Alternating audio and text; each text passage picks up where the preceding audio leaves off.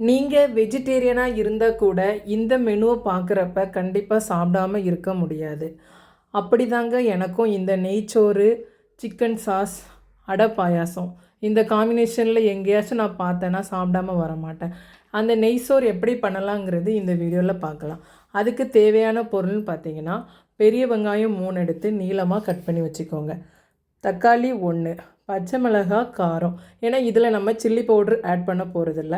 So பச்சை மிளகாய் 4லேருந்து 5 உங்களுக்கு காரத்துக்கு ஏற்ப எடுத்துக்கோங்க. ஸ்பைசஸ் முந்திரி, கிஸ்மிஸ், ஃப்ரூட்ஸ், புதினா, மல்லித்தலை இதெல்லாம் உங்களுக்கு தேவைக்கேற்ப எடுத்துக்கோங்க. இஞ்சி பூண்டு பேஸ்ட்டு ஃப்ரெஷ்ஷாக ரெடி பண்ணி வச்சுக்கோங்க. 1 டம்ளர் தேங்காய் பால் கூட எடுத்துக்கோங்க. பாஸ்மதி ரைஸை 20 மினிட்ஸ் ஊற வச்சுக்கோங்க. இப்போது நம்ம நெய்ச்சோறு எப்படி பண்ணலாங்கிறத பார்க்கலாம். அதுக்கு ஒரு குக்கர் எடுத்துக்கோங்க. நான் இதில் 3லேருந்து 4 டீஸ்பூன் நெய் எடுத்துருக்கிறேன். அப்புறமா ஸ்பைசஸ் ஆட் பண்ணிவிட்டு நல்லா பொரிஞ்சு வந்ததும் ஆனியன் நீளமாக கட் பண்ணி வச்சுருக்கிற ஆனியனை ஆட் பண்ணுறோம். பிரியாணிக்கும் நெய்ச்சோறுக்கும் என்ன டிஃப்ரென்ஸ்னால், பிரியாணியை பொறுத்தளவு ஆனியன் டீப் கோல்டன் கலர் வர்றது வரைக்கும் நம்ம ஃப்ரை பண்ணுவோம். பட் நெய்ச்சோறில் அப்படி பண்ணக்கூடாதுங்க. ஒரு 50% வெந்தால் போதும். அந்த அளவு ஃப்ரை பண்ணிவிட்டு நட்ஸு, பச்சை மிளகாய் எல்லாம் மிக்ஸ் பண்ணி 2 புரட்டிக்கோங்க. அந்த நட்ஸோட கலர் மாறினதும் புதினா, மல்லித்தலை ஜஸ்ட்டு ஃப்ளேவருக்காக மட்டும் ஆட் பண்ணுங்கள். அது நான் இந்த ஸ்டேஜில் ஆட் பண்ணுறேன். மேக்ஸிமம் எல்லோரும் இஞ்சி பூண்டுக்கு அப்புறம் தான் புதினா, மல்லித்தலை ஆட் பண்ணுவாங்க.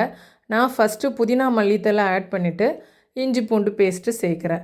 ஏன்னா இது நல்லா மிக்ஸ் ஆகி வரப்போ இந்த ஆனியனோட அந்த புதினா ஃப்ளேவர்லாம் லைட்டாக அப்படியே படுறப்ப ஃப்ளேவர் ரொம்ப நல்லாயிருக்கும்.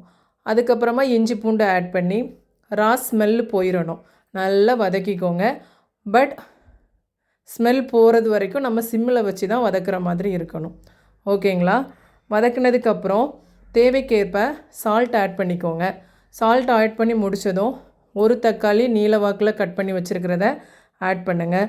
பட் ரொம்ப வதக்கக்கூடாது. நம்ம பிரியாணிக்கெலாம் நல்ல மசிகிற அளவு வதக்கி விட்டுருவோம், ஜூஸி ஆகிரும். பட் இங்கே அப்படி பண்ணக்கூடாது. நமக்கு கலர் ரெட் ஆகாமல் பார்த்துக்கணும். அப்போ தான் நமக்கு ஃபைனலாக நெய்ச்சோறு டச்சர் கிடைக்கிறப்ப ஒயிட்டாக இருக்கும். ஓகேங்களா? நெக்ஸ்ட்டு 1 டம்ளர் அரிசிக்கு 2 டம்ளர் தண்ணி அப்படிங்கிற ரேஷியோவில் நான் ஆட் பண்ணியிருக்கிறேன். ஆட் பண்ணிவிட்டு 1 டம்ளர் தேங்காய் பால் ஃபைனலாக ஆட் பண்ணிக்கோங்க. ஆட் பண்ணிவிட்டு இந்த ஸ்டேஜில் உப்பு, காரம் செக் பண்ணுங்கள். உங்களுக்கு காரம் திகையலைன்னா பச்சை மிளகாய் ஆட் பண்ணிக்கலாம், ஒன்றும் பிரச்சனை இல்லை. உப்பு கரெக்டாக பார்த்துக்கோங்க. நம்ம தேங்காய் பால் ரொம்ப திக்காக ஆட் பண்ணக்கூடாது. 2வது ஸ்டேஜ் நம்ம ஒரு பால் எடுப்போம்ல, கொஞ்சம் தண்ணி ஆட் பண்ணி அது 1 டம்ளர் ஆட் பண்ணிக்கோங்க. இல்லைனா ஒரு மாதிரி திரியாக ஆன மாதிரி இருக்கும். என்ன தான் குக்கரில் பிரியாணி, நெய்ச்சோறு ரெடி பண்ணி நம்ம தம் போட்டு எடுத்து பார்த்தாலும் ஊரில் விறகடுப்பில் பண்ணுற பிரியாணி, நெய்ச்சோறுக்கு ஈடாகாதுங்க. டேஸ்ட்டு வேறு லெவலில் இருக்கும். இப்போது இந்த ஸ்டேஜில் 20 மினிட்ஸ் ஊற வச்சுருக்கிற பாஸ்மதி ரைஸை உள்ளே ஆட் பண்ணிக்கோங்க. உள்ளே ஆட் பண்ணதுக்கப்புறம் ரொம்ப கிளறக்கூடாது. அப்படியே சிம்மிலே வச்சு தண்ணியும் ரைஸும் ஒரே ஈவனாக இருக்கிற மாதிரி பார்த்துக்கோங்க. அப்போந்தான் நம்ம தம் போட்டு முடிக்கிறப்ப உதிரியாக டேஸ்ட்டாக நல்லா வரும். ஓகேங்களா? இல்லைன்னா குழஞ்சிரும். இந்த ஸ்டேஜ் வர்றப்ப ஒரு 1/2 லெமன், அதாவது பிரியாணிக்கு மேக்ஸிமம் நம்ம 1 யூஸ் பண்ணுவோம் லெமன். இங்கே 1/2 இல்லைன்னா 1/4 பகுதி யூஸ் பண்ணால் போதும். ரொம்ப புளிப்பு தேவை வேண்டாம். ஏன்னா நம்ம தேங்காய் பால் ஆட் பண்ணியிருக்கிறோம். ஜஸ்ட்டு உதிரியாக வர்றதுக்காக மட்டும் லெமன் ஆட் பண்ணிக்கோங்க. அவ்வளோதாங்க. இப்போ ஈவன் ஆகிடுச்சு. உப்பு ஃபைனலாக ஒரு டைம் செக் பண்ணிவிட்டு தம் போட்டுடலாம். நானும் அதே மாதிரி தம் போட்டுட்டேன். ஃபைனலாக ஒரு 10 to 15 மினிட்ஸ் சிம்மில் வச்சு தம் ஆனதும் ஓப்பன் பண்ணி 3 ஸ்பூன் நெய் ஆட் பண்ணி ஒரு கலர்றேன். அகெயின் தம் போடுறேன்.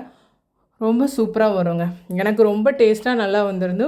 நீங்களும் இதே மாதிரி ட்ரை பண்ணுங்கள். இதுக்கு சைடிஷ்ஷாக சிக்கன் சுக்கா, எக்கு, ரைத்தா அந்த மாதிரி வச்சு சாப்பிட்றப்ப ரொம்ப நல்லாயிருக்கும். ஃபைனலாக நம்ம இறக்குற டைமு கோல்டன் ஆனியன் வச்சுருந்தோம்ல, அதை மேலே போட்டு ஒரு 5 மினிட்ஸ் க்ளோஸ் பண்ணி வச்சுட்டு சாப்பிடலாங்க. அவ்வளோதான். ரொம்ப அருமையாக இருக்கும். நீங்களும் உங்கள் வீட்டில் செஞ்சு பார்த்துட்டு நல்லா இருந்துச்சுன்னா எனக்கு கமெண்ட் பண்ணுங்கள்.